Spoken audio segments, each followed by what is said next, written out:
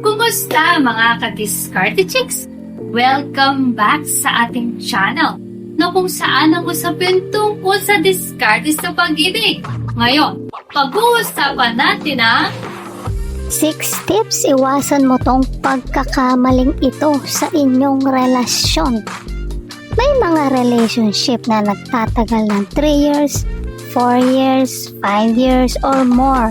Pero maraming bagong relationship ang hindi masyadong nagtatagal. Minsan 1 taon lang, minsan buwan lang. Sa video na ito ay tatalakayin natin ang ilang komong pagkakamali ng lalaki na nasa bagong relationship pa lamang at paano maiiwasan ito.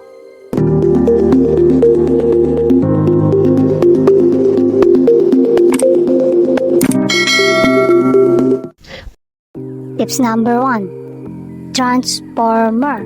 Guys, kaya nga meron tayong ligawan period ay dahil ito ang oras at pagkakataon mong makilala na gusto ang isang babae.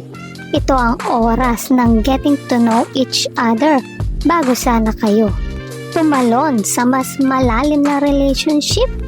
Ngayon, siyempre, pwedeng sa mga oras na ito ay may makikita ka ng mga bagay o pag-uugali sa babae na baka hindi mo rin nagugustuhan.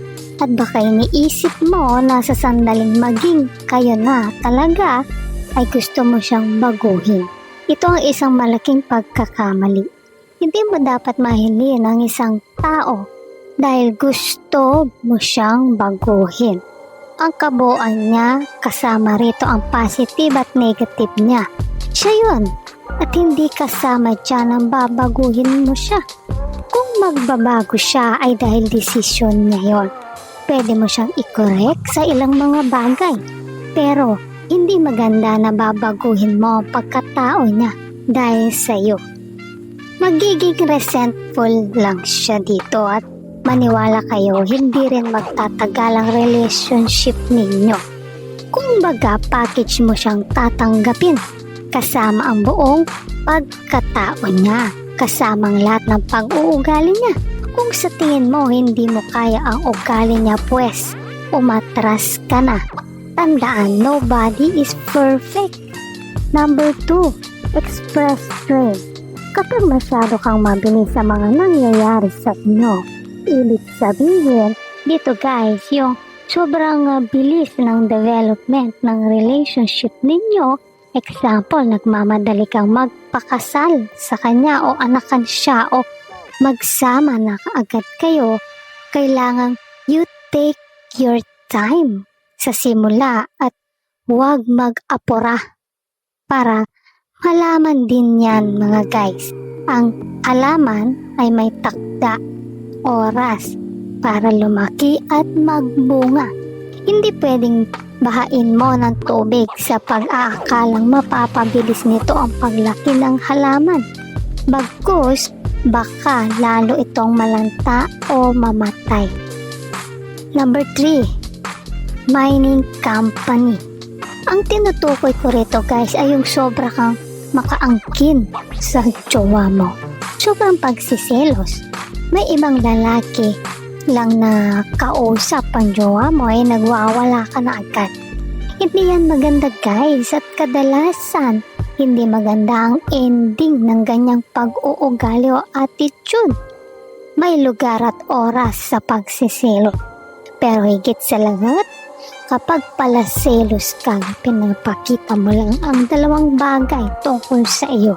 Una, insecurities mo at pangalawa, kawalan ng tiwala sa partner mo. Kapag selos ka ng selos, iisipin ng babae na wala ka bang kumpiyansa sa sarili mo? Worse, iisipin pa niya na akala mo sa kanya ay isang malanding babae na napator na lamang kung kani-kanino kahit may jowa na siya. Ikaw ang jowa niya at kailangan magkakumpiyansa ka na hindi kanya lolokohin. Pangalawa, ang kawalan ng tiwala sa partner mo ay kailanman hindi magpapatibay ng relasyon ninyo. Ang duda ng duda, dapat siya ang pagdudahan. Pero bago tayo magpatuloy, kung hindi ka pa nakakapag-subscribe, baka naman i-hit mo ng subscribe button. Now na! Now na! Tip number 4. Emotional intimacy. Importante din sa amin ang physical ng intimacy sa mga partner namin. Pero mas higit ang emotional intimacy na madalas ay hindi binibigyan pansin ng mga lalaking nasa early stage ng relationship. Pag sinabi nating emotional intimacy, guys, ito yung nag-open up kayo ng mga feelings ninyo sa isa't isa. Mga kahinaan ninyo at kung saang area ng buhay ninyo na mayroon kayong pinoproblema o iniindak. Ito yung element na actually magbibigay lalim sa inyong relationship at mas magpapalakas sa inyong ng dalawang higit pa sa physical intimacy. Ito yung kaya mong sabihin o i-open sa isa't isa kung sino ba talaga kayo Kapag pinagsama ninyo ang dalawang ito, physical at emotional intimacy, magkakaroon ng maganda at matibay na balanse sa relationship ninyo. Para mangyari ito, dito pumapasok ang pakikinig nyo sa isa't isa sa mga nangyayari sa buhay ninyo, sa work ninyo, sa pamilya ninyo, etc. Number 5. Escape. Kapag tila umiiwas ka sa pag-uusap ng medyo malalimang bagay sa mga partner habang nagpo-progress ang relationship ninyo, syempre dapat nag-advance na rin ang mga bagay na pinag-uusapan ninyo. Gusto naming mga babaeng malaman ano ba ang plano nyo sa amin sa mga darating na panahon. Hindi ko sinasabing dapat pag-usapan nyo ito palagi, pero huwag naman na halos wala na kayong topic tungkol sa bagay na yan at masyadong mababaw lang palagi ang inyong pinag-uusapan. Gusto naming marinig kung may future ba kami sa inyo, kung gaano kayo kaseryoso sa amin. Pag-usapan natin ang mga bagay tungkol sa ating mga pamilya, sa ating mga hanap buhay, mga pangarap sa buhay. Kapag umiiwas kayo sa ganitong usapan, mararamdaman ng babae ito at hindi malabong mawalan siya ng gana sa'yo. Pero bago tayo magpatuloy, kung hindi ka pa nakakapag-subscribe, baka naman i-hit mo ng subscribe button. Now na! Now na! Number 6. Iba si Maria, iba si Julie.